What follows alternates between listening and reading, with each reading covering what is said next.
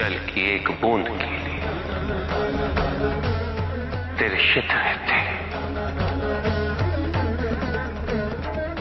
ऐसे में जब नदी की भांति जल मुझ पर अर्पित किया जाए, मुझे पीड़ा होती है। जल शरीर का संचालक है। यदि मेरे भक्त इसे जीवन सुरक्षा हेतु अर्पित करेंगे, मैं तब भी मदद हो उठूंगा। बेलपत्र मुझे अति प्रिय है। ये मेरा संताप हरते हैं। धतूरा मुझे प्रिय है। ये मुझे शांति देता है। किंतु यदि संसार शांति का युद्ध क्षेत्र बना रहेगा, मेरे स्वजनों के बीच सदैव महायुद्ध छिड़ा रहेगा, तो मात्र धतूरा और बेलपत्र अर्पित करने से मेरे मन को शांति कैसे मिल जाएगी?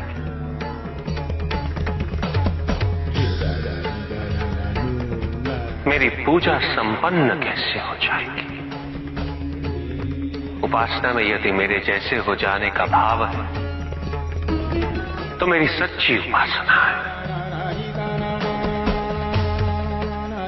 यदि उपासना का भाव मेरे लोग और मेरे समीप आने की कामना है, तो सच्ची पूजा और भावना है। तुम मन में स्मरण करो, मैं सुनता हूं। तुम मन में मुझे पुकारो, मैं आता हूं। मुझे कुछ नहीं चाहिए। यदि तुम मन को शिवमय बनाते हो, तो वही मेरा शांति से परिपूर्ण कैलाश है। वही मेरी सुंदर काशी है। वही मेरी उज्जैनी है। कौन सी विधि, कैसी विधि? अपने आप से पूछो कि पूजा का अर्थ क्या है। पूजा तो केवल एक माध्यम है मुझ तक पहुंचने का, मुझसे जुड़ने का, मुझसे एक होने का। किंतु जो मुझे ही विभाजित कर दे, वो मुझसे एक कैसे हो सकता है? कैसे जुड़ सकता है मुझसे? जो अपनी भक्ति के मार्ग को औरों के मार्ग से श्रेष्ठ समझे, उसकी पूजा में सदैव अहंकार विद्यमान होगा।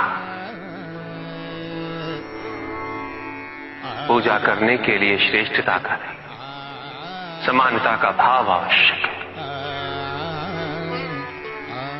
समानता केवल उनमें ही आ सकती है जिनका मन अपने आराध्य के प्रति समर्पित हो। क्या पूजा साधनों पर आश्रित है, सामग्री पर आश्रित है, विधि पे आश्रित है, या भक्त के भाव पर, उनके विचारों पर? यदि पूजा करते समय व्यक्ति को यह स्मरण रहे कि वो कितनी श्रद्धा, कितने समर्पण और कितनी भव्यता से पूजा कर रहा है, तो वो पूजा नहीं। जिस व्यक्ति के मन में ये विचार हो कि उसके पास पूजा के पर्याप्त साधन नहीं,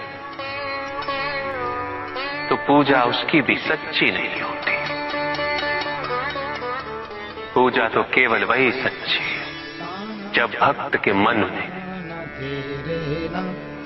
आराध्य के अतिरिक्त कोई विचार ना हो, कोई संकोच ना हो। भक्त को यह अनुभूति हो कि वो अपने आराध्य से पृथक नहीं, उसके आराध्य उससे पृथक नहीं। और जो भक्त ऐसा सोचेगा, वो भक्ति के अन्य मार्गों का भी सम्मान करेगा। स्मरण रहे, मुझे पाने के लिए किसी और व्यक्ति को माध्यम बनाने की आवश्यकता नहीं, क्योंकि भक्त मुझे अपने मन की पवित्रता से प्राप्त कर सकता है। यदि भक्त का मन ही निश्चल नहीं, तो किसी और के माध्यम हो जाने से वो कैसे संभव हो जाएगा? और यदि मन पवित्र है, तो फिर माध्यम की आवश्यकता ही क्यों? मेरी प्रार्थना करने के लिए प्रेम पूर्ण हृदय चाहिए, ऐसा हृदय जो जीवन के प्रत्येक क्षण प्रेम पूर्ण रहे। और यह तभी संभव है जब व्यक्ति सबसे पहले अपने आप से प्रेम करना सीखे, अपने आप से जुड़ना सीखे। जब तक व्यक्ति को अपने मन में विद्यमान दिव्यता की पहचान नहीं होती, वो दूसरों में भी उस दिव्यता को नहीं देख सकता।